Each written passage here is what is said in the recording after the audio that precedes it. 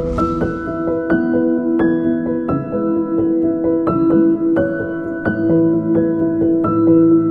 name's Terry Lewis, and as I think about the work that we're doing, I decided that I wanted to share a personal story about why we're doing this work. And so I approach this work from both a professional and a personal lens, as a social worker, as a Black man, as a gay man.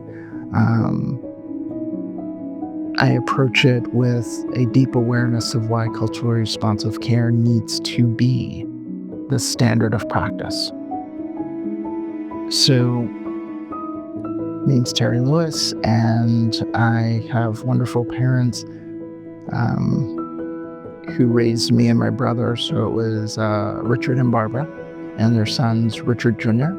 and me. And so Junior, my brother, was a really good big brother. He was creative. He was an artist, multiple mediums, photography, painting. I would hear the stories about people like complaining about their siblings, and I had a brother that watched out for me, that made sure I was okay.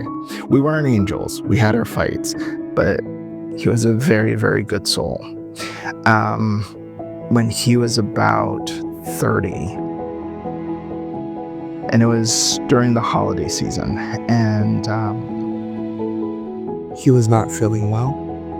He had a very high fever, around 103,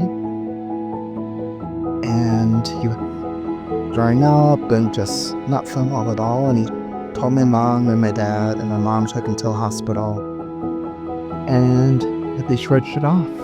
They didn't admit him. They didn't really do any tests or assessment. They said because of the holiday season and it's that time of year, there's probably just the flu, and sent him back home.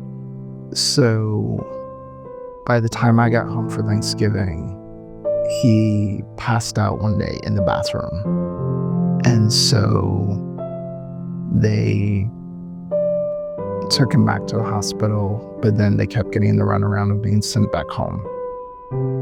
By the time I was back in the state that I was living, I got the call that he was back in the hospital because his fever continued to go up, and he was throwing up, and he was kind of in and out and not making sense. And by that point, the hospital could not pretend that it was simply just the flu. My mom and my dad were there trying to do whatever they could to give the doctors the right amount of information. They're also talking with my brother, but he was kind of in and out. And they did not do a good job of listening and doing a really good assessment and explaining what was happening to my brother and to my parents. They came to the conclusion that it was probably complications from HIV, because they saw a Black man and a gay man, and they're like, there were no tests shared with my brother, no results shared with him or my parents around the diagnosis that they were saying, but they were like, that's probably what's got. His symptoms got worse. He was not making sense. His fever was much higher. He was still throwing up.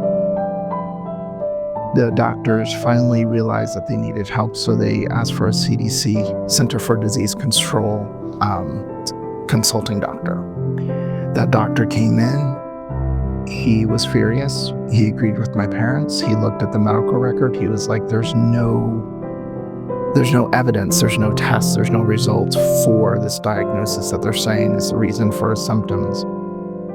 The CDC doctor did listen to my parents, did listen to my brother, did do a thorough assessment, and felt like he needed to do a lumbar puncture or a spinal tap, because he was concerned that the diagnosis he was thinking could be much worse and harder to treat.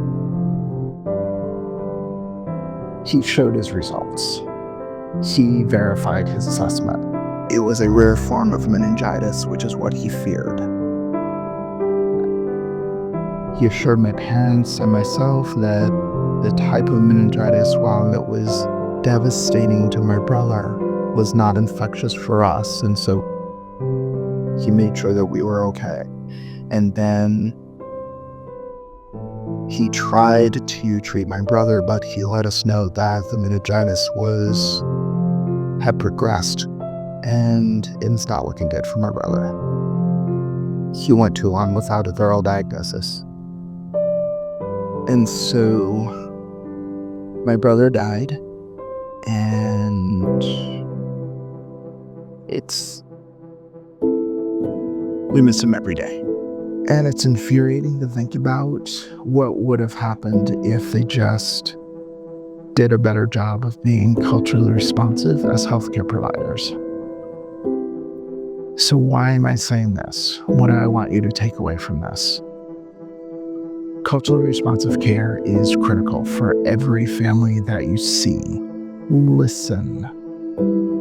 We are not a chapter in a book. We are not a checkoff list that you'll be like, oh, I went to this training, so I understand Black people. We need to do better.